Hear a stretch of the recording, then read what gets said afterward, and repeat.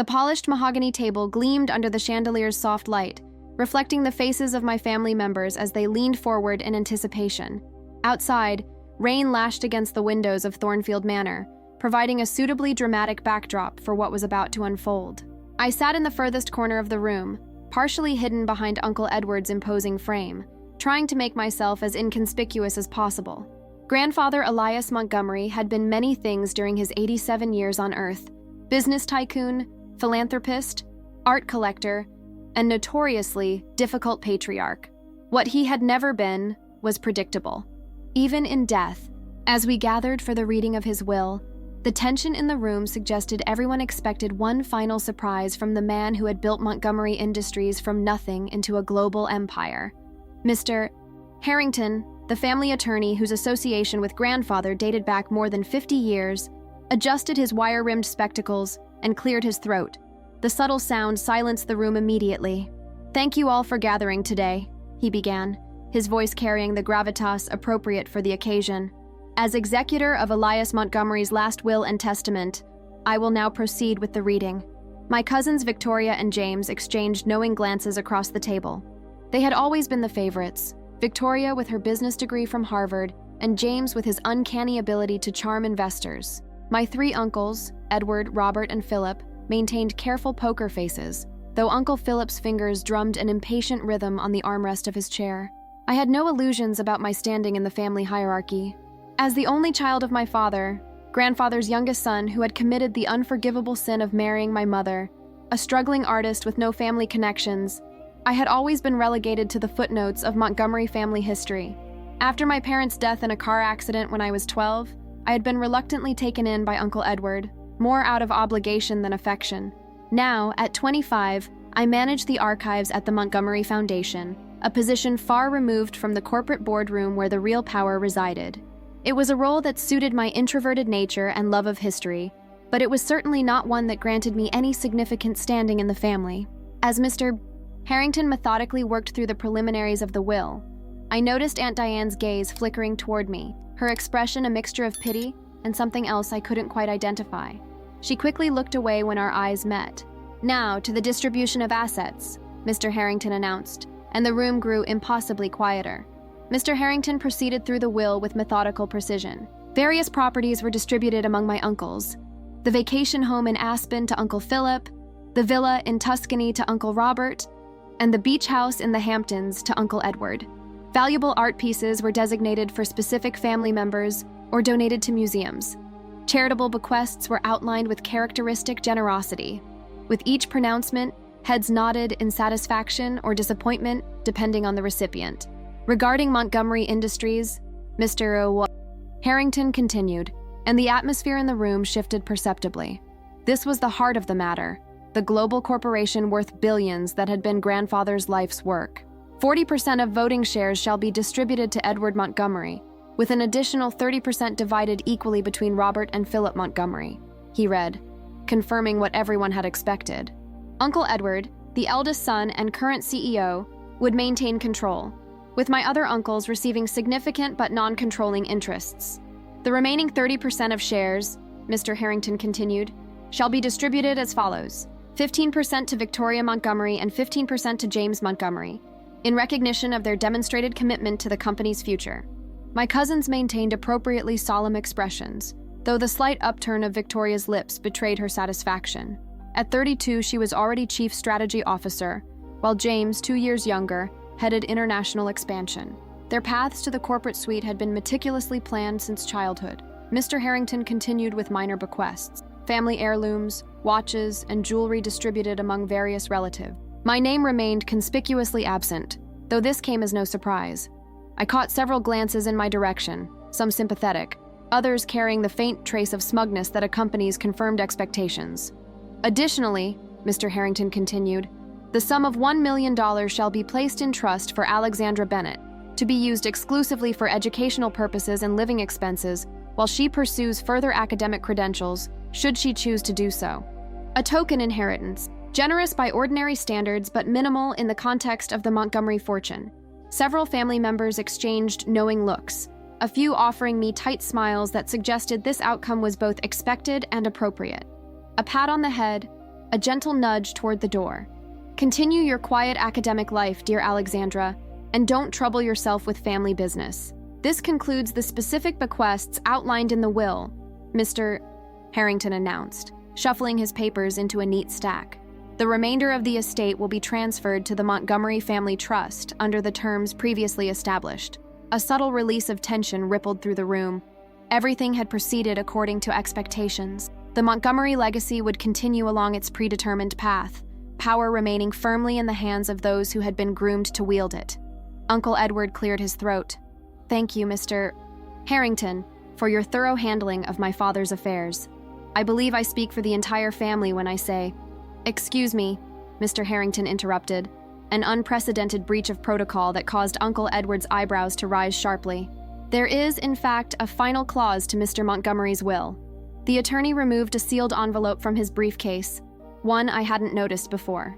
It bore grandfather's distinctive wax seal pressed with the Montgomery family crest. Elias instructed that this addendum be read only after all other provisions of the will had been disclosed, Mr. Harrington explained, breaking the seal with careful precision. The room grew eerily silent. Even the rain seemed to pause its assault on the windows. This final provision, Mr. Harrington began, scanning the document briefly before looking up, concerns the Montgomery Foundation, its assets, archives, and operational control. My pulse quickened slightly. The foundation, while prestigious, was generally considered the less significant branch of the Montgomery Empire, focusing on art preservation, historical archives, and educational initiatives rather than the profit-generating business ventures that had built the family fortune. I hereby transfer complete control of the Montgomery Foundation, its board appointments, endowment management, and strategic direction, Mr. Harrington read, his voice taking on a new gravity, to my granddaughter, Alexandra Bennett. Every head in the room turned toward me, expressions ranging from shock to disbelief to barely concealed outrage. Furthermore, Mr. Harrington continued, seemingly oblivious to the stunned silence, I transfer ownership of all historical properties, artifacts, and archives currently held by either Montgomery Industries or the Montgomery Family Trust to the Foundation, to be preserved and managed under Alexandra's direction. Uncle Edward's face had turned an alarming shade of red. This is absurd, he sputtered. The historical properties include the original Montgomery Mansion and the company's first factory. They're worth millions just in real estate value. Indeed, Mr. Harrington acknowledged calmly. And the archives include all original patents, corporate records, and family documentation dating back 5 generations. The implications were beginning to sink in. While my uncles and cousins had received the operational business and its future profits, I had just inherited the family's entire historical legacy, the physical embodiment of the Montgomery story, and the legal right to control how that story was told. The aftermath of the will reading was predictably chaotic. As family members clustered in agitated conversation, Mr. Harrington approached me, indicating with a discreet gesture that we should step into the adjoining study. Your grandfather anticipated the reaction, he said once we were alone, the heavy oak door muffling the heated discussions from the main room. He left this for you as well. He handed me a sealed envelope with my name written in grandfather's distinctive slanted script. My fingers trembled slightly as I broke the seal. Inside was a single sheet of grandfather's personal stationery, the Montgomery crest embossed at the top in silver. Alexandra. By now, the initial shock of my decision has likely set in, for you as well as the rest of the family. While others may see the foundation as the lesser prize compared to Montgomery Industries, you alone understand what I've truly given you. Not just buildings and artifacts, but the power to control the Montgomery narrative. Your position in the archives these past 3 years was no accident. I arranged it because I recognized in you something the others lack, an appreciation for history and its nuances, and an integrity that has become increasingly rare in our family. The others have received what they value most: money, status, corporate power. You have received what they have consistently undervalued: our legacy, our true history, and the means to preserve or reveal it as you see fit. In the Foundation's sealed archives, you'll find a collection of journals and documentation I've maintained throughout my lifetime. Section M7, accessible only with the key enclosed. These records contain the unvarnished truth about Montgomery Industries' origins and growth, including decisions and events the family has carefully kept from public view. What you do with this information is entirely your decision. The power I've given you comes with no conditions except those your own conscience might impose. Remember that legacy is not measured in quarterly earnings but in generations. You now hold the Montgomery legacy in your hands, both its preservation and, if necessary, its redemption. With trust in your judgment. Elias Montgomery. A small brass key had been taped to the bottom of the letter. I stared at it, then at the letter, trying to process the implications of grandfather's words. What exactly was in those sealed archives that warranted such dramatic precautions? Did you know about this? I asked Mr. Harrington, who had maintained a respectful distance while I read. I knew only that Elias had concerns about how certain aspects of family history might be reinterpreted once he was gone, the attorney replied carefully. He believed you possessed both the historical perspective to understand the context of past decisions and the moral compass to handle sensitive information appropriately. Before I could ask further questions, the study door burst open. Uncle Edward entered, followed closely by Uncle Philip and Victoria, their expressions ranging from barely controlled anger to calculated assessment. "This is clearly a mistake," Uncle Edward stated, his authoritative tone suggesting he was announcing a conclusion rather than opening a discussion. Father was 87, his judgment increasingly impaired in his final months. "We'll be contesting this absurd addendum immediately." Mr. Harrington remained unperturbed. "You're certainly entitled to contest the will, Edward. However, I should mention that Elias underwent comprehensive cognitive evaluation 3 weeks before signing these documents, specifically to preempt such challenges. The results confirmed he was of entirely sound mind. Then he was manipulated," Uncle Philip interjected, his gaze fixing accusingly on me. "Alexandra has been working in those archives for years. She clearly took advantage of Father's sentimental attachment to Thomas's memory to position herself. The invocation of my father's name, something rarely done in family gatherings, sent a sharp pang through me. Thomas Montgomery had been the family rebel, the youngest son who had chosen art and literature over business, who had married for love rather than strategic advantage. His early death had been treated by the family more as a cautionary tale than a tragedy. "That's a serious accusation, Philip," Mr. Harrington replied, his tone cooling noticeably, "and one without any supporting evidence. Elias made his decisions independently and with careful consideration, as was his lifelong habit. Victoria, always the strategist, had remained silent during this exchange, studying me with the analytical gaze she typically reserved for corporate acquisitions. Now she stepped forward, placing a restraining hand on Uncle Edward's arm. "Perhaps we're approaching this too adversarially," she suggested, her voice measured. "Alexandra is family, after all. I'm sure she understands that dramatic changes to long-established arrangements could be destabilizing for everyone involved." She offered me what was likely intended as a conciliatory smile. "We should discuss how to move forward in a way that honors grandfather's wishes while maintaining the family's broader interests." The implied message was clear. Negotiate, compromise, accept a modified arrangement that would preserve the appearance of respecting grandfather's will, while effectively neutralizing whatever power he had intended to grant me. Before I could respond, Mr. Harrington intervened. "Any discussions about implementation should wait until Alexandra has had time to review her inheritance fully. The Foundation's articles have already been updated to reflect her authority, effective immediately. The historical properties will be transferred within 30 days, per Elias's instructions." "This is outrageous," Uncle Edward muttered, but Victoria's warning squeeze on his arm prevented further outburst. "We'll continue this conversation soon," she said to me, her tone suggesting this was merely a temporary setback in what would ultimately be resolved to her satisfaction. Families should stand together in times of transition. As they reluctantly departed, Mr. Harrington turned to me. "I suggest you visit the Foundation archives as soon as possible, Alexandra. Knowledge is power in situations like this, and I suspect Elias has left you knowledge that the others would prefer remained buried."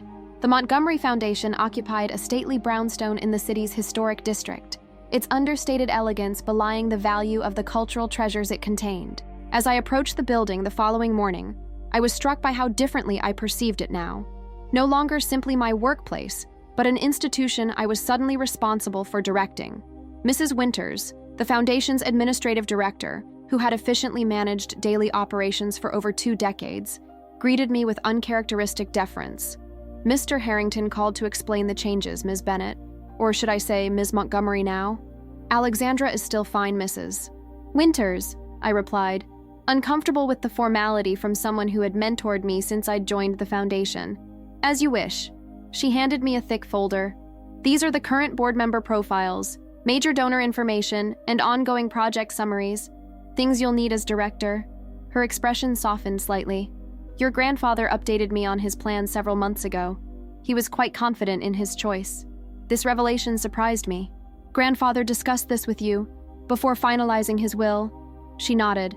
Mr. Montgomery valued practical considerations. He wanted to ensure a smooth transition when the time came. She hesitated before adding, "He also mentioned you might require access to the restricted archives sooner rather than later." The restricted archives, a climate-controlled room in the basement that housed the most valuable and sensitive items in the Foundation's collection. As archivist, I had cataloged the contents of most sections, but certain areas remained sealed even from staff access. "I'll need the master keys," I said, decision crystallizing. Whatever grandfather had hidden in section M7, I needed to discover it before facing the family again. The restricted archives were eerily silent, the specialized lighting and temperature controls creating an atmosphere of suspended time. I navigated through familiar sections, rare manuscripts, original correspondence from historical figures, delicate artifacts from the Montgomery family's early history, until I reached the section labeled M7. A discreet keypad was mounted beside a heavy door marked Founders Collection, authorized access only. I inserted grandfather's brass key into the accompanying lock while entering the code that had been included in his letter. The door opened with a soft hiss of equalizing pressure. Inside was a surprisingly small room lined with acid-free storage boxes, each meticulously labeled with dates spanning grandfather's lifetime. A single desk occupied the center, its surface bare except for a leather-bound journal placed precisely in the middle. The journal bore no title, only the Montgomery crest embossed on its cover. Opening it revealed grandfather's handwriting, Alexandra. "If you're reading this, you've inherited both a privilege and a burden." The documentation in this room represents the unvarnished history of Montgomery Industries, including aspects that have been carefully omitted from the official corporate narrative. Begin with box 1943-1947. Understanding the company's origins is essential to comprehending what it has become. I located the indicated box and carefully removed its contents, folders containing correspondence, legal documents, and newspaper clippings, all related to the founding of Montgomery Industries immediately following World War II. The official company history celebrated grandfather's entrepreneurial vision in converting a small manufacturing operation into a diverse industrial enterprise. The documents I now examined told a significantly different story. Letters between grandfather and various government officials revealed that Montgomery Industries' initial success had been built on acquiring properties and businesses from Japanese-American families forced into internment camps, acquired at fractions of their value through shell companies that obscured the transaction's nature. Additional documents detailed how post-war government contracts had been secured through connections with officials who later received consulting positions with suspiciously generous compensation. Most disturbing were records of early manufacturing practices that knowingly exposed workers to harmful chemicals, with internal memos calculating that settlements for eventual health claims would cost less than proper safety measures. I sat back, my hands trembling slightly. This wasn't merely embarrassing family history. These were potentially criminal actions that had laid the foundation for the Montgomery fortune. The documentation was meticulous, including grandfather's own notes acknowledging these decisions and, in later years, his private regrets. Further exploration revealed similarly troubling patterns throughout the company's history. Environmental regulations circumvented, safety violations concealed, political influence purchased through strategic donations. Box after box contained evidence that would devastate Montgomery Industries' carefully cultivated public image if revealed.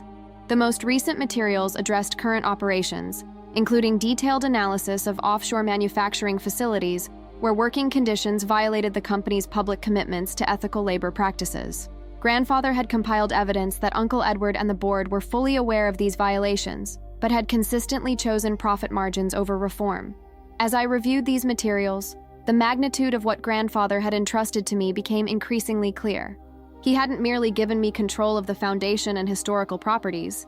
He had handed me the power to either preserve or expose the carefully hidden truths behind the Montgomery legacy. A final folder, labeled Reconciliation Initiatives, contained grandfather's draft proposals for how Montgomery Industries might acknowledge its problematic history and make meaningful amends. proposals that had apparently never been shared with the current leadership. The implications were staggering. I now possessed leverage that could force significant changes in how Montgomery Industries operated, or potentially destroy the company's reputation entirely if full disclosure became necessary. I spent 3 days immersed in the restricted archives, methodically working through grandfather's documentation, taking careful notes, and occasionally photographing key documents with my phone. The comprehensive nature of his record-keeping was both impressive and disturbing. He had preserved evidence of every ethically questionable decision, while apparently doing little to rectify the situations during his lifetime.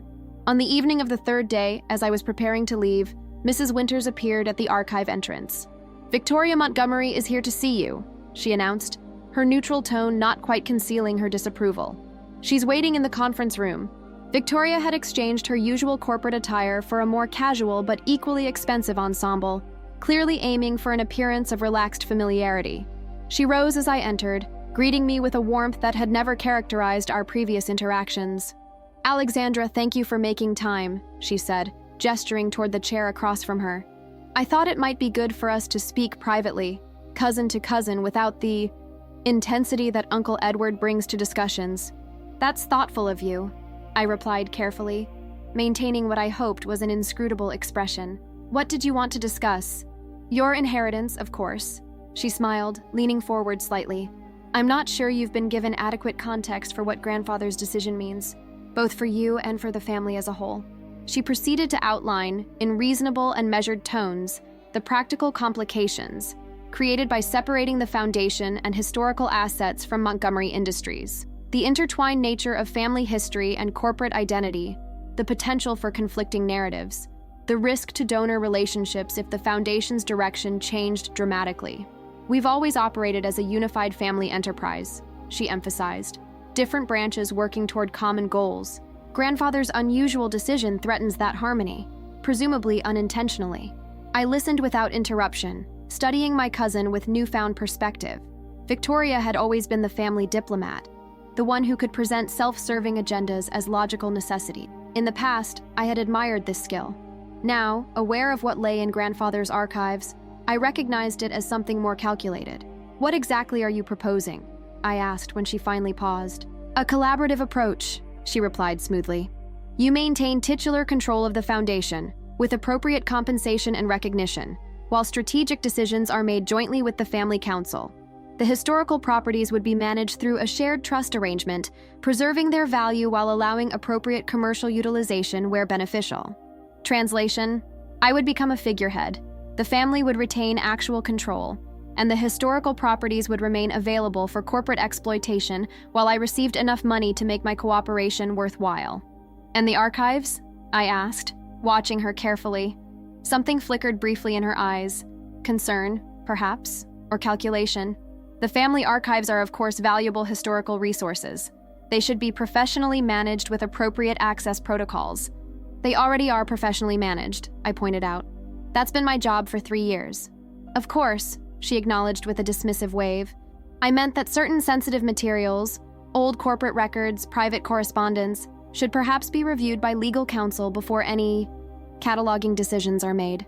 Standard practice for family archives with business implications." She wanted the archives sanitized, any potentially damaging material identified and removed before it could become problematic. The question was whether she knew specifically what grandfather had preserved, or was simply being cautious about unknown risks. "I appreciate your perspective," I said, deliberately echoing her diplomatic tone. "This transition has been sudden for everyone. I'll need time to fully understand my responsibilities before making any structural decisions." Victoria's smile remained fixed, but I detected a hardening in her gaze. She was accustomed to managing family conflicts efficiently, closing deals with persuasive logic and subtle pressure. My non-committal response didn't fit her expected script. "Of course you need time," she conceded. "Just remember that independent actions can have family-wide consequences. Uncle Edward is already discussing potential legal challenges with our attorneys, based on grandfather's mental capacity concerns." The veiled threat was clear. Cooperate with the family's preferred arrangement or face protracted legal battles that I could ill afford to fight. Legal challenges would necessitate discovery processes, I noted, watching her reaction closely. All relevant documents would become matters of record, including anything in the Foundation archives that might provide context for grandfather's decisions. Victoria's composure slipped momentarily, just enough to confirm my suspicion that she wasn't certain exactly what the archives contained. Family disagreements should never become public spectacles, she recovered smoothly. I'm sure we can reach a reasonable accommodation that respects everyone's interests. As she departed, her parting words hung in the air between us. We're family, Alexandra. In the end, that should count for something. It was the same appeal to family loyalty that had been used for generations to maintain silence, enforce compliance, and preserve the carefully constructed Montgomery narrative. But grandfather's archives had revealed the selective nature of that family loyalty, how it protected some while sacrificing others when convenient. Later that evening, as I reviewed my notes from the archives, my phone buzzed with a text message from an unknown number. Information goes both ways. Meet tomorrow, 2 p.m., Carter Coffee on 7th. Come alone. A friend of Thomas. The reference to my father sent a chill through me. Whoever had sent this message was claiming a connection to a man who had been dead for 13 years and was somehow aware of my current situation. Carter Coffee occupied a quiet corner in an older part of the city, far from the gleaming financial district where Montgomery Industries headquarters dominated the skyline. I arrived early, selecting a table with a clear view of both the entrance and the street outside, unsure who I was meeting or what to expect. At precisely 2 o'clock, an elderly man entered, pausing briefly to scan the room before approaching my table. He walked with the slight stiffness of someone in his 70s, but his eyes were sharp and alert beneath bushy gray eyebrows. "Alexandra Bennett," he said, not a question but a confirmation. "You look remarkably like your mother." The unexpected comment caught me off guard. Most family members avoided mentioning my mother, as though her existence had been an unfortunate footnote in Montgomery history. "You knew my parents?" I asked as he settled into the chair across from me. "Harold Donovan," he introduced himself with a slight nod. "I was chief legal counsel for Montgomery Industries for 32 years, until my rather abrupt retirement shortly after your father's death." The name was vaguely familiar from my research in the archive. "You sent the text message." "Indeed. Your grandfather suggested I might reach out once. Certain events had transpired." He studied me carefully. "Elias and I maintained contact after my departure from the company, though few in the family were aware of our continued association. Why all the secrecy? And why contact me now?" Donovan glanced around before leaning forward slightly. "Because what Elias has set in motion with his will has been planned for over a decade, and there are aspects of that plan you need to understand, particularly regarding your father." He removed a slim manila envelope from his jacket. Thomas Montgomery was not simply the family rebel who chose art over business, as the official narrative suggests. He was actively investigating certain Montgomery Industries practices that he found troubling, particularly environmental violations at the chemical processing facilities and labor conditions in overseas operations. My breath caught. This aligned with documentation I'd discovered in the archives, reports of toxic dumping and unsafe working conditions dating back to the period shortly before my parents' death. "Thomas came to me, as corporate counsel, with evidence of these issues," Donovan continued. "He believed they could be addressed through proper channels, with appropriate reforms implemented." His expression darkened. Edward, who was already handling most operational decisions by then, disagreed. He considered your father's concerns a threat to profitability and corporate stability. "Are you suggesting—" I couldn't bring myself to complete the question. Donovan shook his head. "I have no evidence that the car accident was anything but what official reports concluded. But the timing, just weeks after Thomas had gathered substantial documentation and threatened to take it to regulatory authorities if internal changes weren't made, raised questions that were never adequately investigated." He pushed the envelope toward me. "These are copies of communications between Thomas and myself, along with his original documentation of the violations. Elias asked me to preserve them separately from the company archives, knowing they might be removed if discovered." I stared at the envelope, its seemingly ordinary appearance belying the potentially explosive contents. Why didn't grandfather address these issues himself?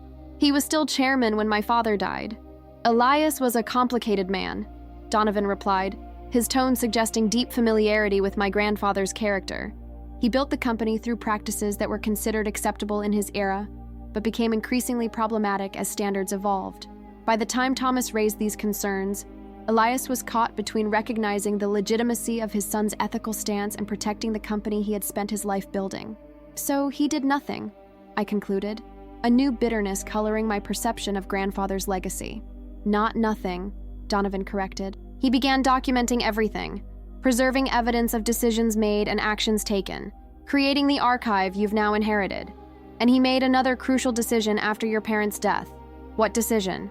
To gradually position you, Thomas's only child, to eventually hold power that could enforce the changes your father had demanded. Donovan's gaze was steady. Your appointment to the Foundation archives was no coincidence, nor was the specific structure of Elias's will. He was building toward this moment for years, preparing you to complete what your father started. The implications were overwhelming.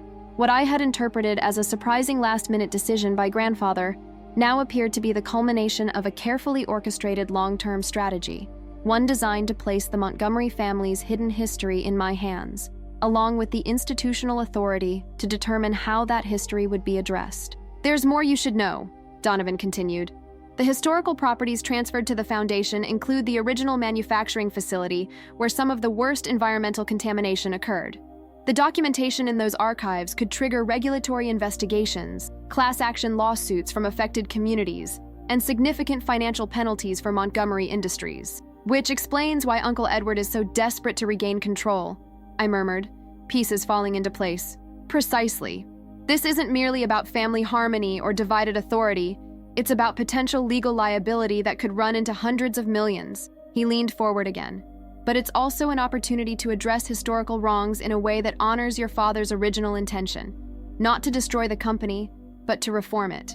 As our meeting concluded, Donovan left me with a final thought.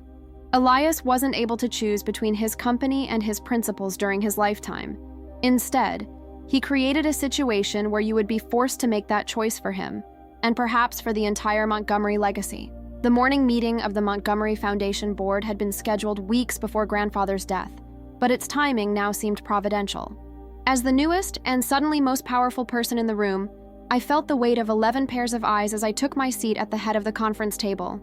The board consisted primarily of long-standing family associates, cultural leaders from the city's elite circles, and 2 Montgomery family members, Uncle Robert, who rarely attended but held the position as a courtesy, and James, who had been appointed the previous year at Uncle Edward's insistence to represent the company's interests. Mrs. Winters had briefed me thoroughly on the agenda and personalities involved, but nothing could fully prepare me for the subtle power dynamics now at play. My inheritance had fundamentally altered the equation, transforming me overnight from a junior staff member they could politely ignore to the controlling authority of the institution they served.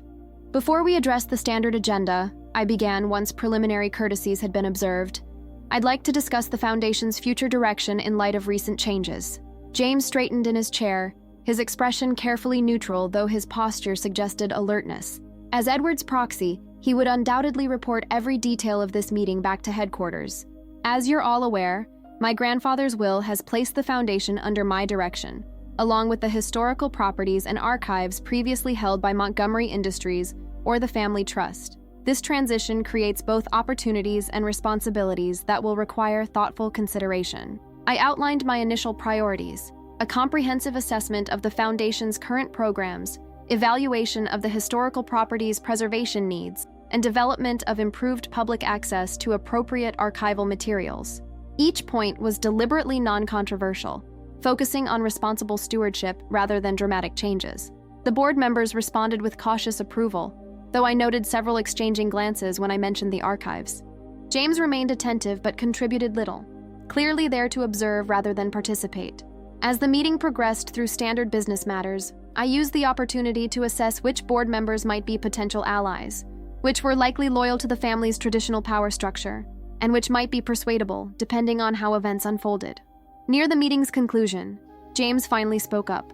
"I've been asked to raise a practical consideration regarding the historical properties transition," he said, his tone professionally pleasant. "Several of these properties are currently utilized for corporate functions, executive retreats, client entertainment, promotional events. The company would like to discuss arrangements for continued access under appropriate terms." This was predictable, a preliminary negotiating position disguised as a reasonable request. The properties in question, particularly the original Montgomery estate and the Lakeside Retreat, were prestigious venues that the company had long used to impress clients and reward executives. Losing access would be both inconvenient and symbolically significant. "I appreciate the company's interest," I replied evenly. Once the legal transfer is complete, we can certainly discuss specific arrangements that align with the Foundation's mission and preservation responsibility. James nodded. Mission accomplished. He had established the company's interest on record and would report back that initial overtures had been made. The real negotiations would come later, likely with Victoria taking the lead rather than James. As the meeting adjourned, Dr. Eleanor Simmons, the distinguished historian who had served on the board for over a decade, lingered behind the others. Once we were alone, she spoke with the directness that had made her both respected and somewhat feared in academic circles. Your grandfather and I had several interesting conversations about the Montgomery archives in recent years, she remarked, studying me with keen interest. He seemed particularly concerned about ensuring their integrity for future historical research. The careful phrasing suggested she might know more about the archive's controversial contents than the other board members. Historical accuracy was important to him, I replied, equally careful, especially in his final years. Indeed. She adjusted her glasses thoughtfully. History is rarely as straightforward as official narratives suggest, particularly corporate histories. The true value of private archives often lies in what they reveal about the gap between public presentation and private action. The comment was too pointed to be coincidental. Did grandfather discuss specific aspects of the Montgomery archives with you? I asked directly. Let's just say he sought my professional opinion about the historical significance of certain corporate records, she replied, and about the ethical obligations of those who control access to potentially controversial historical materials. This was potentially significant. If grandfather had consulted Dr. Simmons about the archive's contents, she might be not only aware of the problematic materials, but possibly supportive of thoughtful disclosure rather than continued concealment. I'd value your perspective on those ethical questions, I said. Perhaps we could continue this conversation soon. She nodded, satisfied. My office at the university tomorrow afternoon? Sometimes sensitive historical discussions benefit from environments not directly connected to the institutions involved. As she departed, I realized I had potentially found my first ally on the board, someone with both the professional standing and ethical framework to help navigate the complex decisions ahead. Later that afternoon, Mrs. Winters informed me that Uncle Edward had requested an urgent meeting at his office the following morning. He was quite insistent, she added, her tone suggesting this was to be expected. The timing, immediately before my planned meeting with Dr. Simmons, seemed unlikely to be coincidental. The family information network was clearly operating efficiently. Uncle Edward was making his move, and he intended to do so on his own territory, where the power dynamics would favor him. Please inform Mr. Montgomery that I'd be happy to meet, I instructed Mrs. Winters, but my schedule only permits me to do so here at the Foundation. Tomorrow afternoon would be possible. The counter-move was subtle, but clear. I would not be summoned to corporate headquarters like a subordinate. If Uncle Edward wished to meet, he would need to come to the Foundation. My domain now, not his. Dr. Simmons's university office was a refreshing contrast to the formal elegance of the Foundation. Book-lined walls, stacks of papers in organized disarray, and large windows overlooking the campus quad. She wasted no time on pleasantries once we were seated.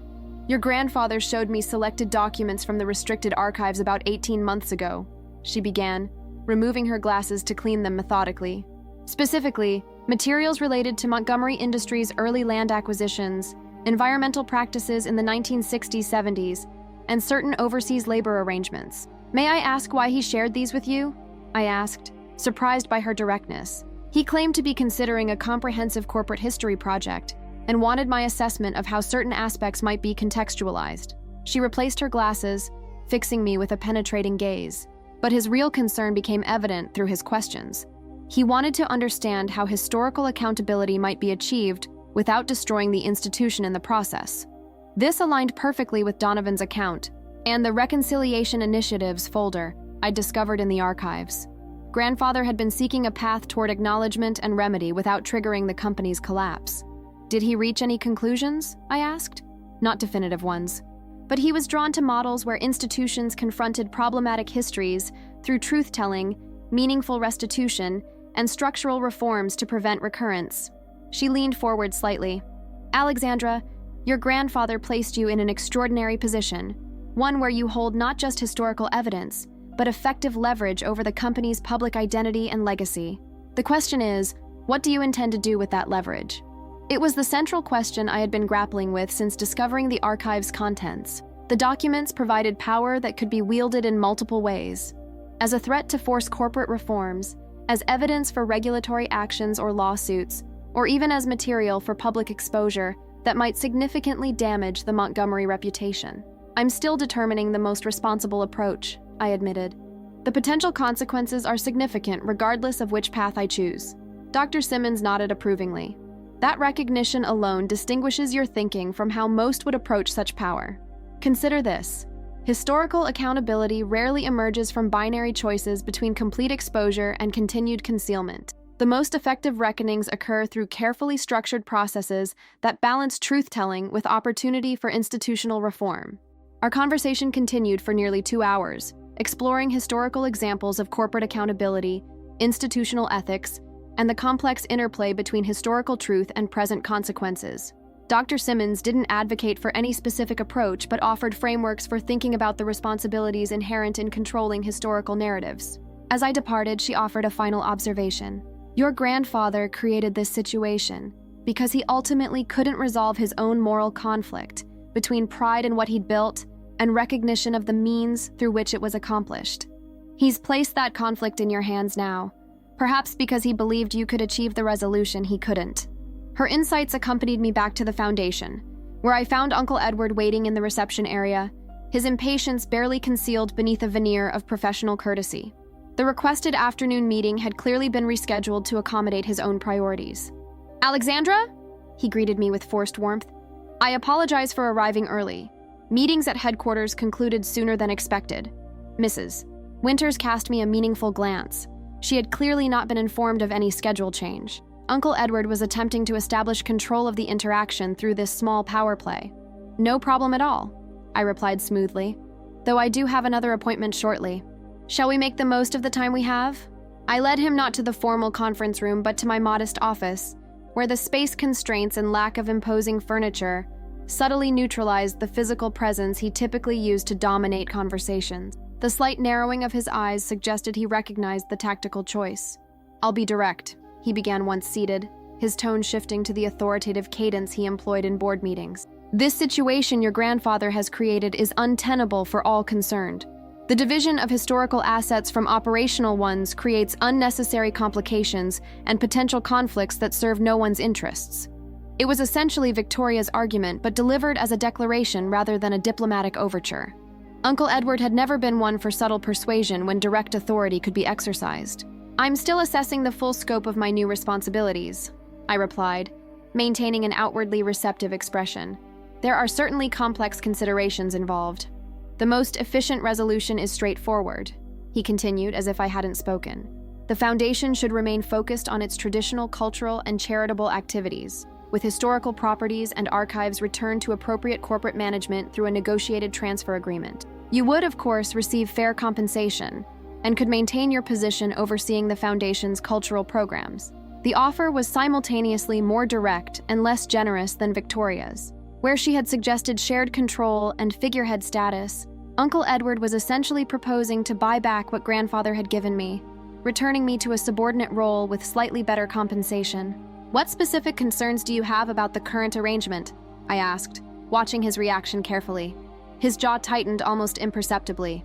"Historical corporate materials require proper context and expert management, particularly when they might be misinterpreted without appropriate background knowledge. The company has established protocols for archival oversight that ensure responsible handling of sensitive historical information." Translation: we need to control the narrative by controlling the evidence. "That's an interesting perspective," I replied. "I've actually been reviewing those historical materials quite thoroughly these past few days. There are indeed aspects of Montgomery history that would benefit from more comprehensive contextualization." Something flickered in his expression. Concern, perhaps, or calculation. "Any historical review should involve corporate legal counsel to ensure proper interpretation of decades-old business practices according to the standards of their time." The subtext was clear. The company wanted to sanitize the historical record before anything problematic could emerge publicly. The question was whether Uncle Edward knew specifically what the archives contained or was operating on general concern about potential unknowns. The week following my conversations with Dr. Simmons and Uncle Edward proved critical in clarifying my options. Through careful review of both grandfather's archives and my father's materials provided by Donovan, I developed a comprehensive understanding of Montgomery Industries' most problematic historical activities and their continuing implications. Most concerning were the environmental issues at the original manufacturing site, now among the historical properties transferred to the foundation. Soil testing reports commissioned by my father had confirmed significant contamination that had likely affected groundwater in surrounding communities, primarily working-class neighborhoods, where residents had experienced elevated cancer rates for decades. The company had conducted private studies confirming the connection, but had never disclosed the findings or addressed the contamination. Similarly troubling were documents detailing how the company had systematically evaded labor regulations in overseas facilities through complex subcontracting arrangements designed specifically to maintain plausible deniability about working conditions. These practices continued in modified form to the present day, directly contradicting the company's public commitments to ethical manufacturing standards. Armed with this knowledge, I arranged a meeting with Mr. Harrington to discuss legal implications. His office, unlike the Montgomery corporate environment, was modestly appointed but meticulously organized, reflecting his preference for substance over appearance. Based on what you've described, he said after I outlined the key findings, there are several potential legal vulnerabilities for Montgomery Industries. The environmental contamination could trigger regulatory actions, civil lawsuits from affected residents, and significant remediation requirements.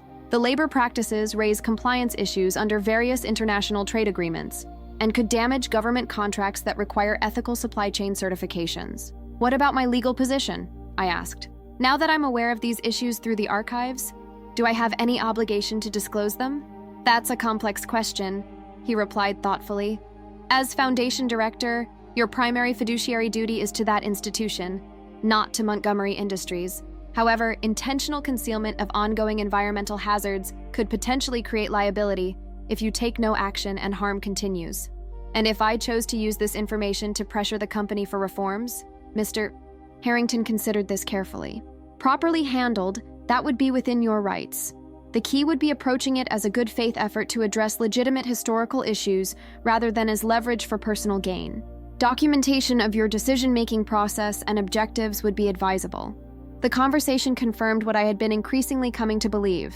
Responsible stewardship of the Montgomery legacy required addressing these historical wrongs, not perpetuating their concealment. The question was how to achieve this without unnecessary destruction, finding the balance Dr. Simmons had described between accountability and opportunity for reform. With this framework in mind, I spent the next several days drafting what I called the Montgomery Legacy Initiative, a comprehensive proposal for how the company could acknowledge its problematic history, make meaningful amends to affected communities, and implement structural reforms to address ongoing issues. The plan included establishing a substantial remediation fund for environmental cleanup and health support in affected communities, restructuring overseas manufacturing relationships to ensure genuine labor standards compliance, and creating an independent historical commission to document and publicly acknowledge the full Montgomery story, both achievements and failures. These measures would undoubtedly be costly and potentially embarrassing in the short term. However, they were carefully designed to be manageable without threatening the company's fundamental viability, focusing on addressing specific documented harms rather than pursuing punitive measures. Once the proposal was complete, I faced the critical decision of how to present it. A direct approach to Uncle Edward seemed unlikely to succeed, given his dismissive response to our previous conversation. The board of directors was a possibility, but Edward's influence there was substantial. Public disclosure remained a nuclear option that would trigger unpredictable consequences potentially harmful to innocent employees and stakeholders. After considerable reflection, I determined that Victoria represented the most promising initial avenue. Despite her obvious agenda during our previous meeting, she had demonstrated strategic thinking and adaptability that her father lacked. If anyone in the current leadership might recognize the wisdom of controlled accountability over potentially chaotic public exposure, it would be her. I called Victoria directly rather than going through corporate channels, suggesting we meet at a neutral location, rather than either the foundation or Montgomery headquarters. Her immediate acceptance suggested she had been expecting some form of communication, though perhaps not the specific approach I proposed. We agreed to meet at the art museum where my mother's photography was occasionally exhibited, a subtle choice that established the conversation in a space connected to the family member most completely erased from the Montgomery narrative. Victoria arrived precisely on time, her business attire suggesting she had come directly from the office. "This is an interesting choice of venue," she remarked as we walked through a gallery featuring contemporary photography. "I don't believe I've been here since that retrospective exhibition they did after your mother's work was rediscovered." The phrasing was telling, as though my mother's artistic career had somehow faded from view naturally, rather than being deliberately minimized by the family after her death. "Her work has been experiencing something of a renaissance lately," I replied. "The museum's curator believes her documentary photography of industrial communities was ahead of its time in highlighting environmental and social impacts that weren't widely acknowledged when the images were created." Victoria nodded politely, clearly waiting for me to move beyond pleasantries to the purpose of our meeting. As we found a quiet corner in the museum cafe, I decided directness would be most effective. "I've completed a thorough review of the Montgomery archives," I began, "including materials related to environmental practices at early manufacturing sites and labor conditions in overseas operations." Her expression remained neutral, but I detected a slight tension in her posture. "Historical corporate documents often require appropriate context to be properly understood," she offered, an echo of her father's phrasing that suggested a coordinated family position. "Context is precisely what I'm interested in establishing," I agreed, "which is why I've developed a proposal for how Montgomery Industries might address certain historical issues in a controlled, constructive manner." I slid a folder across the table, a printed executive summary of my Montgomery Legacy Initiative. "This outlines a comprehensive approach for acknowledging problematic aspects of the company's history, making appropriate restitution to affected communities, and implementing reforms to address ongoing concerns." Victoria's training in maintaining composure served her well as she scanned the document, her expression revealing nothing despite the potentially explosive content. When she finally looked up, her response was measured. "This is extraordinarily ambitious," she said carefully. "What exactly are you proposing in terms of implementation?" "I'm proposing a partnership," I replied. "The foundation would work with Montgomery Industries to implement these measures in a carefully structured, phased approach that balances accountability with the company's ongoing viability. The goal isn't punishment, but reconciliation and reform. And if the company declines this partnership," her tone remained neutral, but the question itself acknowledged the implicit alternative. "Then the foundation would need to determine its own ethical obligations regarding the historical record it now controls," I answered, matching her careful phrasing, "including potential obligations to communities affected by documented corporate actions." The underlying message was clear without being explicitly stated: either voluntary cooperation toward managed accountability or potential public disclosure with unpredictable consequences. Victoria studied me with new consideration, reassessing what she had likely dismissed as a naive academic suddenly thrust into corporate politics.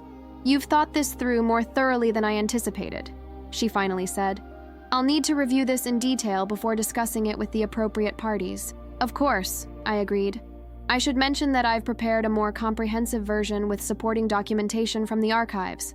That level of detail seemed unnecessary for an initial conversation, but it's available when needed." As our meeting concluded, Victoria paused before departing.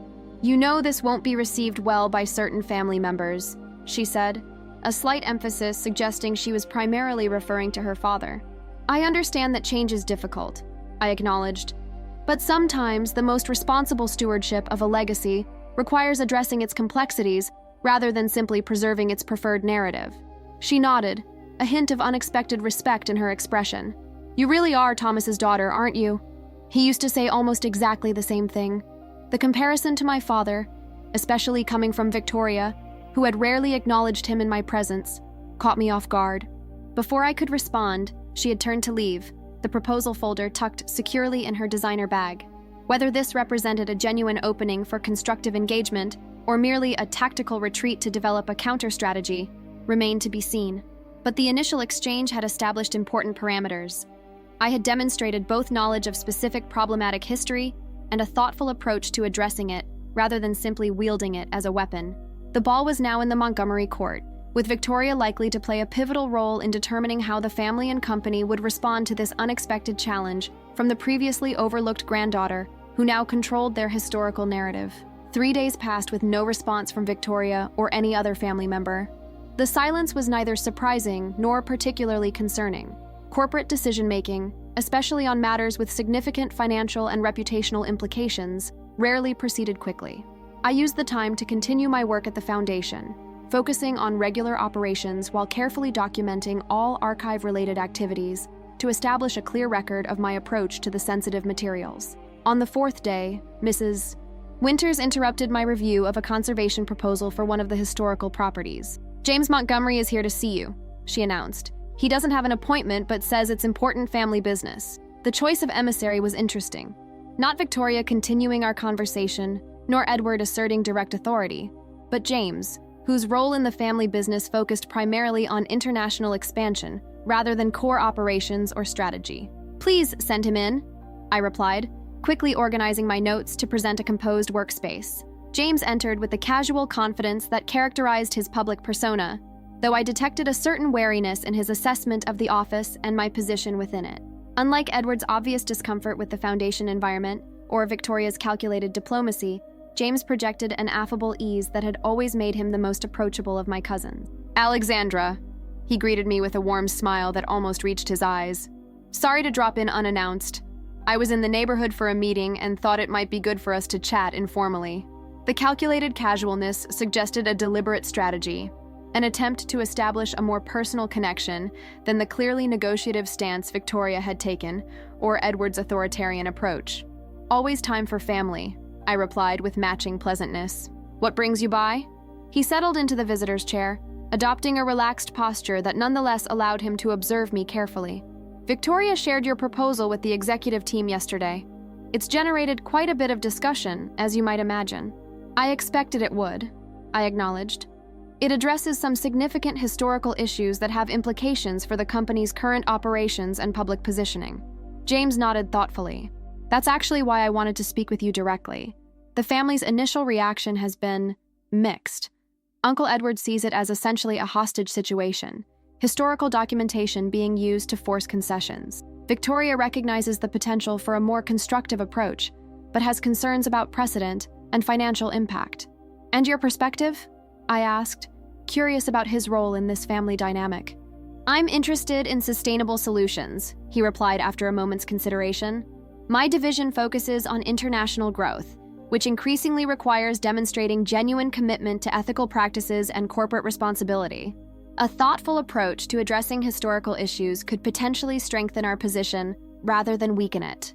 This was a more nuanced take than I had anticipated from James, who had always seemed the most conventionally corporate of my cousins, focused on expansion and opportunity rather than reflection or reform. "That's essentially the framework of my proposal," I pointed out. "Addressing these issues proactively and comprehensively, rather than waiting for them to emerge through other channels where the company would have less control over the narrative and response." "Exactly," he agreed, leaning forward slightly. "Which is why I've suggested a working group to evaluate your proposal in detail, identifying elements that could be implemented immediately and others that might need modification or phasing to be practically achievable." The approach was reasonable on its face, a standard corporate response to complex challenges, but it could equally be a delaying tactic, designed to create the appearance of engagement while actually working to neutralize the pressure created by my control of the archives. "Who would be part of this working group?" I asked. "Senior leadership from relevant divisions, legal, operations, public relations, community engagement, and you, of course, representing the Foundation's interests." He hesitated briefly before adding, "I've recommended that I serve as liaison between the group and the executive team, given my somewhat intermediate position in current family dynamics." The suggestion was telling. James was positioning himself as a bridge between factions, acknowledging the tension between Edward's hardline approach and Victoria's more strategic perspective, while offering himself as a moderate alternative who could facilitate a workable compromise. "That sounds potentially constructive," I said carefully, "though any meaningful progress would require genuine commitment to addressing the substantive issues, not just managing public perception." James nodded with apparent sincerity. "That's a fair condition. What would you need to see to be confident that commitment exists?" The direct question suggested either genuine interest in finding common ground or sophisticated negotiating tactics, establishing parameters before reporting back to the family, with an assessment of what concessions might satisfy me. "3 things," I replied after brief consideration. "First, immediate attention to the environmental contamination at the original manufacturing site, comprehensive testing and development of a remediation plan regardless of legal requirements. Second, independent verification of current labor practices in overseas facilities with a clear commitment to address any gaps between public standards and actual conditions. Third, establishment of the Historical Commission with genuine independence to review and contextualize the complete Montgomery story. James made notes on his phone, his expression thoughtful rather than dismissive. Those are significant commitments, both financially and operationally. The family will have questions about scope, timeline, and governance, all of which can be addressed through good faith negotiation, I pointed out. What isn't negotiable is the fundamental acknowledgement that these issues require substantive action, not cosmetic responses or indefinite study. Our conversation continued for another half hour, exploring potential structures for collaboration without making specific commitments. Throughout, James maintained his position as reasonable intermediary, acknowledging the legitimacy of my concerns while gently highlighting practical constraints from the corporate perspective. As he prepared to leave, he paused at the door. "You know, the family has consistently underestimated you. First as Thomas's artistically inclined daughter, then as the quiet archivist, and now as grandfather's unexpected heir. It's a pattern worth reflecting on." The observation seemed genuinely offered rather than calculated, providing a glimpse of how I had been perceived within family circles, consistently dismissed until forced to be taken seriously. "Perhaps it's time for a more accurate assessment," I suggested. He smiled, more genuinely than before. "I believe that process is already underway. The question is whether it leads to mutual accommodation or continued confrontation. Grandfather certainly created an interesting situation with that final clause in his will." After James departed, I considered the implications of this new development. The family was clearly divided on how to respond to my initiative, with Edward, Victoria, and now James representing different approaches ranging from resistance to potential engagement. The emerging fault lines could provide leverage for meaningful reform if navigated skillfully, but they also created risk of being drawn into complicated family power dynamics that might distract from the substantive issues at stake. That evening, I received a formal email from Montgomery Industries' corporate secretary inviting me to present the Montgomery Legacy Initiative to a special committee of the board of directors the following week. The message noted that James Montgomery would chair the committee, with representation from key operational divisions and 2 independent directors known for their expertise in corporate responsibility. The development was promising, but required careful preparation. The presentation would need to balance moral imperatives with practical business considerations, establishing both the ethical necessity and strategic wisdom of addressing historical issues proactively rather than reactively. As I began organizing materials for this critical opportunity, I reflected on how dramatically my position had shifted in the weeks since grandfather's will reading, from overlooked family footnote to pivotal figure in determining how the Montgomery legacy would be understood and addressed moving forward. The Montgomery Industries boardroom embodied corporate power through calculated understatement, subtle wood paneling, discreetly positioned technology, and windows offering commanding views of the city where the Montgomery name appeared on buildings, cultural institutions, and public spaces. As I arranged my presentation materials at one end of the massive table, I was acutely conscious of being on their territory, playing by their rules. James had arranged the seating strategically, placing me at the head of the table as the presenter while he occupied the traditional power position at the opposite end.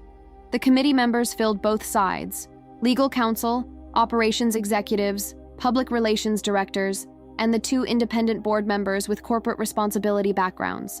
Victoria was present as an observer, though her official role remained undefined. "Thank you all for making time for this important discussion," James began with practiced corporate smoothness. "As you know, Alexandra Bennett, Elias Montgomery's granddaughter and the newly appointed director of the Montgomery Foundation, has developed a proposal addressing certain historical aspects of the company's operations and their contemporary implications. Today's session is an opportunity to understand that proposal in detail and consider potential paths forward." The framing was neutral but established important parameters. This was an informational meeting, not a decision-making one, and the committee's role was advisory rather than authoritative. Whatever their response, final decisions would remain with the executive leadership and, ultimately, the full board. I had prepared meticulously for this moment, developing a presentation that balanced factual documentation with strategic considerations. Rather than leading with accusations or moral judgments, I began with the business case for proactive accountability. Montgomery Industries has built its contemporary reputation on innovation, quality, and corporate citizenship, I opened, using the company's own language from recent annual reports. That reputation represents significant value to shareholders, customers, and employees. The Montgomery Legacy Initiative is designed to protect and enhance that value by addressing historical issues that could potentially undermine it if left unaddressed. I proceeded through a carefully structured presentation that outlined the key historical issues documented in the archives, their potential contemporary implications, and the comprehensive approach proposed for addressing them.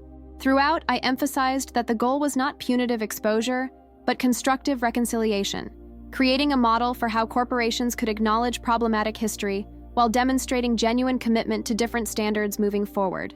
The committee members listened with professional attention, several taking notes but none interrupting with questions or challenges.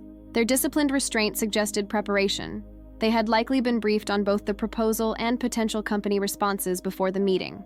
As I concluded the formal presentation, James smoothly transitioned to the discussion phase. Thank you, Alexandra, for that comprehensive overview. Before opening to general questions, I'd like to invite our independent directors to offer their initial perspectives, given their expertise in corporate responsibility frameworks. It was a tactical choice that revealed his approach, starting with the committee members most likely to be sympathetic to the proposal's underlying principles before moving to those focused on operational or legal concerns. Dr. Lydia Reynolds, an academic who specialized in business ethics and served on several corporate boards, spoke first. What strikes me about this proposal is its balance between accountability and pragmatism. Rather than seeking punitive damages or public condemnation, it creates a structured process for acknowledgement, restitution, and reform. That approach aligns with best practices we've observed in other organizations facing similar historical reckonings. Marcus Williams, the other independent director with extensive experience in corporate crisis management, offered a more measured assessment. The proposal demonstrates thoughtful consideration of both ethical and strategic dimensions. My primary questions concern implementation, specifically how we would manage public narrative, stakeholder expectations, and the inevitable comparison with other companies in similar industries who haven't undertaken such comprehensive historical review. These initial responses established a constructive tone that shaped subsequent discussion. The operational executives focused on practical implementation challenges. Legal counsel raised questions about liability management, and public relations directors explored messaging implications. Throughout, the conversation maintained a problem-solving orientation rather than adversarial positioning. Victoria observed silently until nearly the end, when she posed a question that cut to the heart of the family's primary concern. The proposal suggests the foundation would work in partnership with Montgomery Industries to implement these measures. What specifically would that partnership entail in terms of control over timing, messaging, and resource allocation? The question was precisely targeted, addressing the unspoken power dynamic created by my control of the historical archives and the leverage it provided. Would I be using that leverage to dictate terms or genuinely seeking collaborative implementation? The Foundation's role would focus on historical accuracy and accountability to affected communities, I replied, meeting her gaze directly. The company would maintain appropriate control over operational implementation, messaging strategy, and resource allocation within agreed parameters. The partnership would be structured through formal agreements establishing clear responsibilities and independent verification mechanisms to ensure commitments are fulfilled. This approach, offering meaningful accountability while acknowledging legitimate corporate interests, seemed to satisfy most committee members. As James concluded the meeting, the mood was cautiously constructive, with agreement to establish working teams that would develop detailed implementation plans for each major component of the proposal. As the committee members departed, Victoria lingered behind, approaching me as I gathered my materials. That was well handled, she acknowledged with professional respect, if not warmth. Though Uncle Edward remains convinced this entire exercise is essentially corporate blackmail, dressed in ethical language. I understand his perspective, I replied. When you're accustomed to controlling narrative, any challenge to that control feels threatening. But this isn't about threatening the company. It's about strengthening it by addressing vulnerabilities before they become crises. She studied me with renewed assessment. You've changed since our first conversation after the will reading. More strategic, less idealistic. Not less idealistic, I corrected. Just more pragmatic about how ideals are translated into action. Something I suspect Grandfather understood when he structured his will the way he did. The transformation of the Montgomery Legacy Initiative from proposal to implementation unfolded over the following months through a complex dance of negotiation, compromise, and occasional confrontation.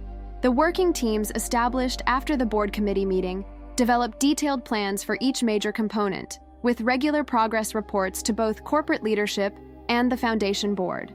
The environmental remediation effort progressed most rapidly, perhaps because it represented the most concrete and measurable aspect of the initiative. Comprehensive testing confirmed the contamination at the original manufacturing site and surrounding neighborhoods, while a team of specialists developed a multi-year cleanup plan that would address both immediate health concerns and long-term rehabilitation.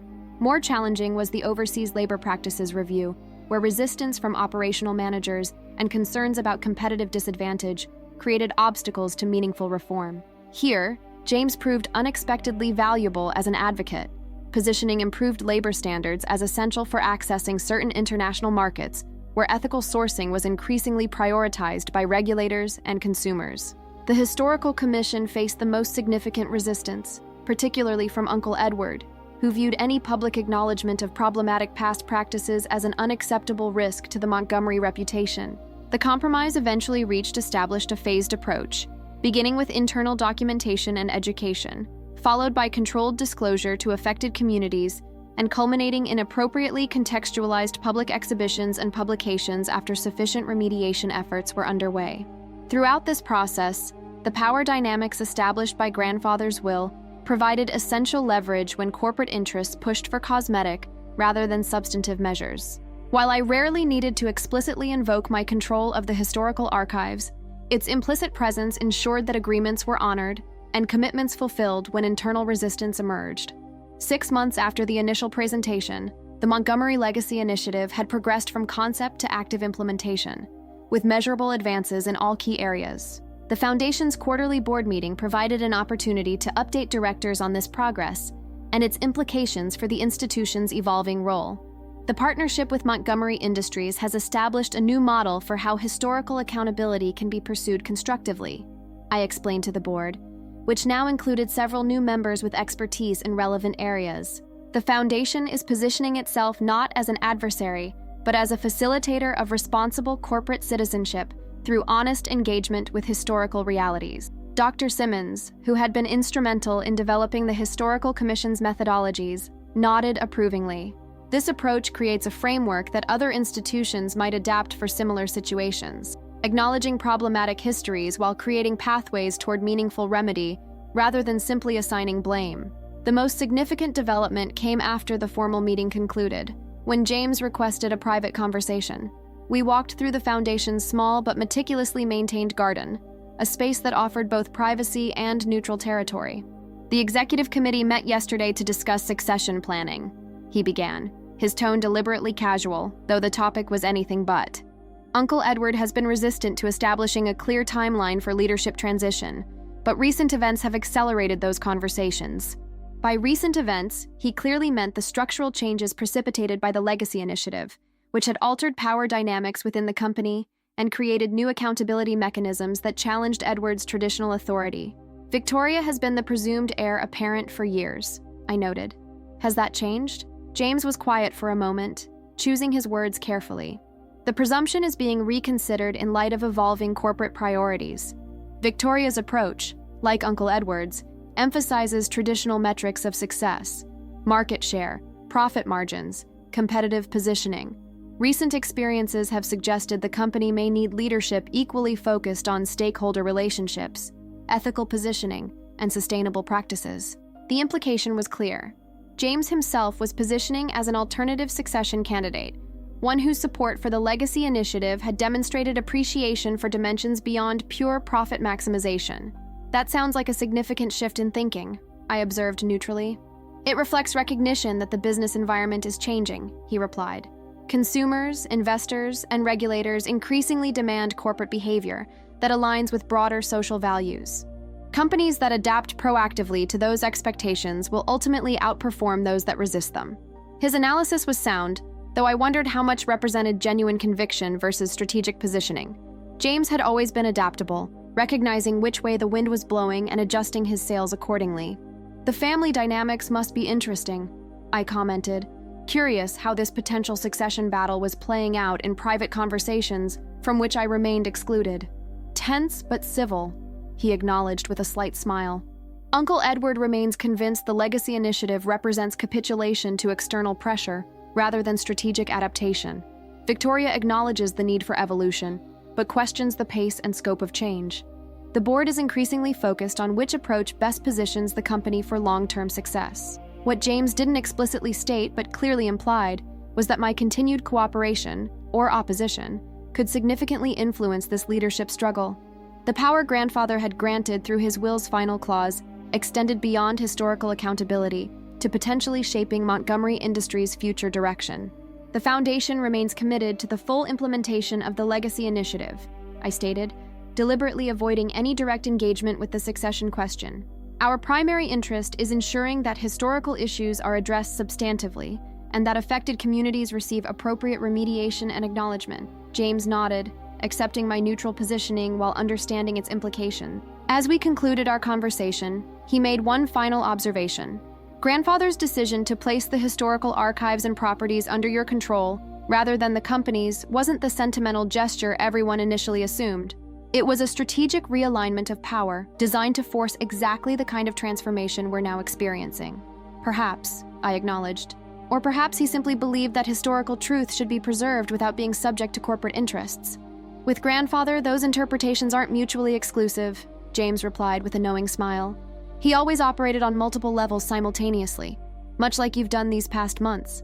The comparison was both unexpected and strangely affecting. Throughout my life, I had been defined primarily by my father's rebellion against family expectations, with little acknowledgement of potential inheritance from grandfather himself. Yet James had identified something I was only beginning to recognize, that my approach to wielding the unexpected power granted by that final clause perhaps reflected more of Elias Montgomery's strategic thinking than anyone, including myself, had initially realized.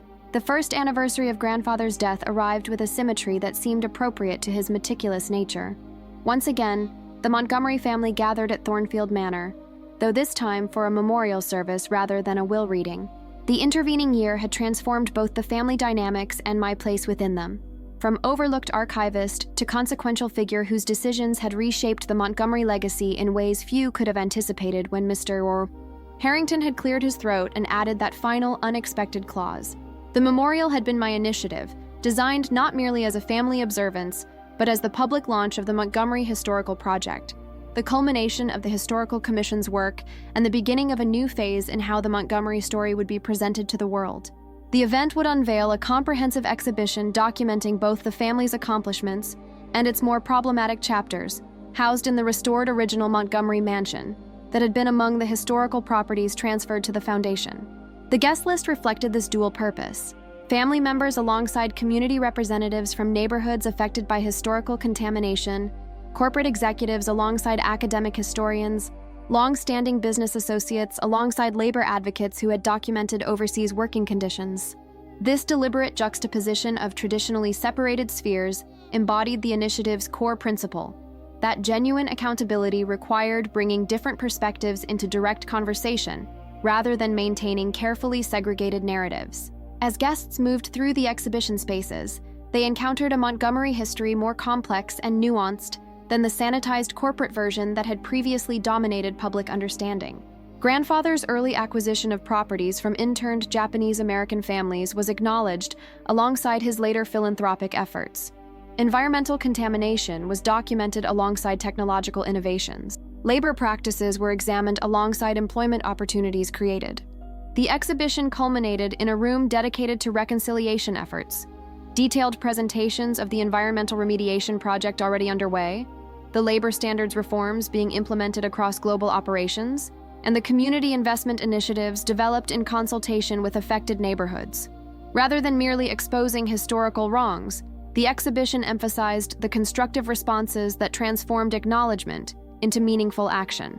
Uncle Edward had initially refused to attend what he characterized as a public humiliation exercise, but Victoria had eventually persuaded him that absence would create worse optics than presence. He moved through the exhibition with rigid composure, acknowledging greetings with minimal courtesy, while clearly counting the minutes until he could depart without appearing disrespectful.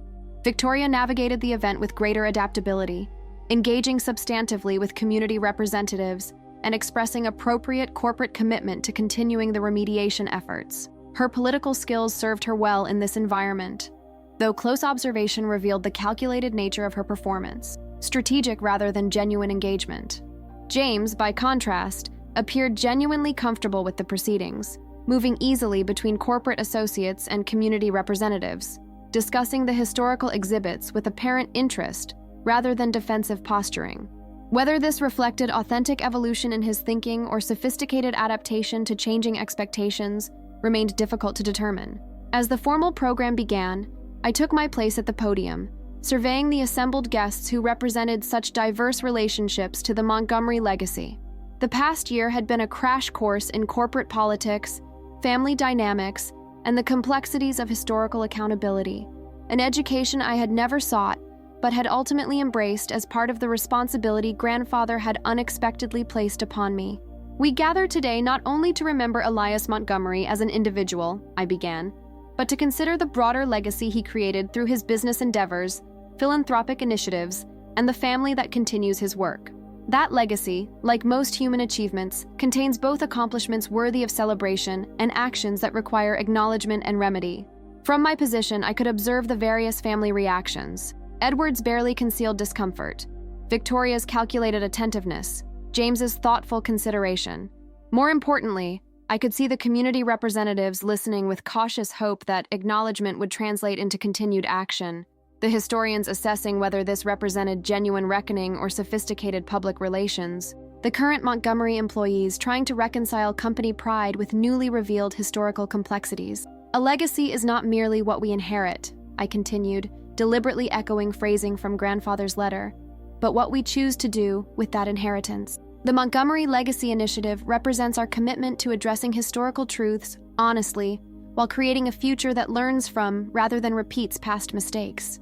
As I outlined the progress made and challenges remaining, I was acutely aware of how dramatically circumstances had changed since that rainy afternoon when family members had smirked at my apparent exclusion from grandfather's will, before Mr. Harrington had cleared his throat and added the clause that changed everything. The power dynamics grandfather had established through that final provision had created leverage necessary for meaningful reform, but the actual changes had required countless hours of negotiation, persuasion, and occasional confrontation. Historical accountability, I had learned, wasn't achieved through single dramatic moments, but through persistent effort to align institutional behavior with professed values. Today marks both an ending and a beginning, I concluded. We close the chapter of denial and selective narrative about our past, while beginning a new chapter of transparent engagement with our complete history. This is not a conclusion, but a commitment to continuing dialogue and action, a living legacy that honors truth while working toward repair and reconciliation.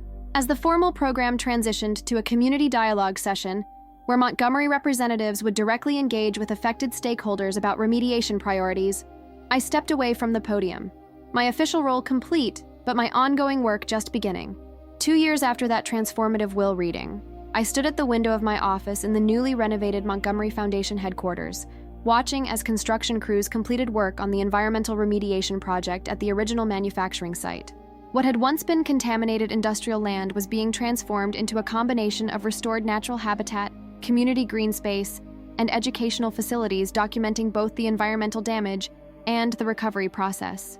The project exemplified the approach that had evolved from the Montgomery Legacy Initiative, addressing historical harms while creating new resources for affected communities, acknowledging problematic past practices while demonstrating commitment to different standards moving forward. Similar efforts were underway across the various dimensions of the initiative, from labor practice reforms in overseas facilities to educational programs about corporate responsibility developed in partnership with local universities. The path had not been smooth or straight. Initial corporate compliance had sometimes devolved into foot-dragging when media attention shifted elsewhere. Community trust had required continuous rebuilding through consistent action rather than mere promises. Family dynamics had remained complicated, with periodic attempts to renegotiate agreements or reassert control over historical narratives. Throughout these challenges, the leverage created by grandfather's will had remained essential, not as a threat to be wielded, but as a structural reality that ensured accountability mechanisms functioned, even when individual commitment wavered. The historical archives, now professionally managed under Foundation oversight, continued to provide both documentation of past practices and benchmarks against which current reforms could be measured. The corporate leadership landscape had evolved as well. Uncle Edward had finally announced his retirement, triggering the succession battle that had been simmering beneath the surface. To everyone's surprise, perhaps even his own, James had emerged as the board's choice for CEO, edging out Victoria despite her longer tenure and more traditional qualifications. The decision reflected the company's recognition that future success required balancing traditional business metrics with newer priorities around sustainability, ethical practices, and stakeholder relationships. James had positioned himself effectively as the candidate who understood both dimensions, capable of maintaining profitability while navigating increasingly complex social expectations. Victoria had accepted a newly created role as Chief Strategy Officer, focusing on long-term positioning and market development, a role that utilized her analytical strengths while removing her from direct operational control. The arrangement maintained family leadership while creating space for necessary evolution in corporate culture and priorities. My own role had evolved as well. The initial crisis management phase of the Legacy Initiative had gradually transitioned to institutionalized processes for historical accountability and community engagement. This evolution had allowed me to refocus on developing the Foundation's positive contributions, expanding educational programs, supporting preservation efforts, and creating new platforms for community dialogue about both historical impacts and future possibilities. A knock at my office door interrupted these reflections. Mrs. Winters entered with her usual efficiency, carrying a package that had just been delivered. "This arrived by special courier," she explained, "from Mr. Harrington's office." The package contained a single item, a small leather-bound journal with a note from the attorney explaining that grandfather had instructed it be delivered to me on the second anniversary of his will's execution. The journal contained personal reflections he had recorded during his final years, intended to provide context for the decisions embodied in that final clause. Opening it, I found an entry dated approximately 6 months before his death. "I have spent decades building a company that has created both tremendous value and significant harm. The balance sheet of my life includes achievements worthy of pride alongside actions that demand atonement. Having failed to fully reconcile these contradictions during my lifetime, I have arranged for Alexandra to inherit not merely assets, but the responsibility for addressing what I could not. My choice may appear surprising to those who measure worth through traditional metrics of business success or family position. They see only her quiet demeanor and artistic sensibilities, missing the clarity of purpose and moral compass that make her uniquely suited to this task. In Thomas's daughter, I recognize both his principled perspective and a pragmatism he sometimes lacked, the combination necessary to transform acknowledgement into action.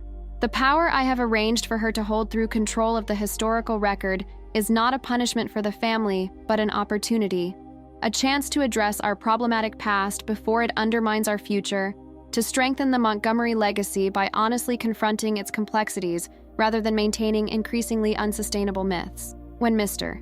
Harrington clears his throat and adds that final clause to my will, he will be doing more than transferring control of archives and properties. He will be creating the conditions for a different kind of inheritance, one measured not in assets, but in accountability, not in control, but in responsibility. I trust Alexandra to understand this distinction, even if others initially do not. And in that understanding lies the possibility for transformation that eluded me in life, but might yet be achieved through what I leave behind.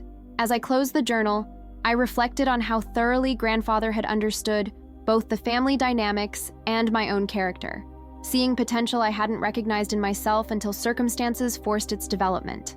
The final clause that had provoked smirks and subsequently shocked everyone had been neither impulsive decision nor sentimental gesture, but calculated strategy designed to create specific conditions for addressing long-avoided truths. The inheritance had never been primarily about buildings or archives or even institutional control.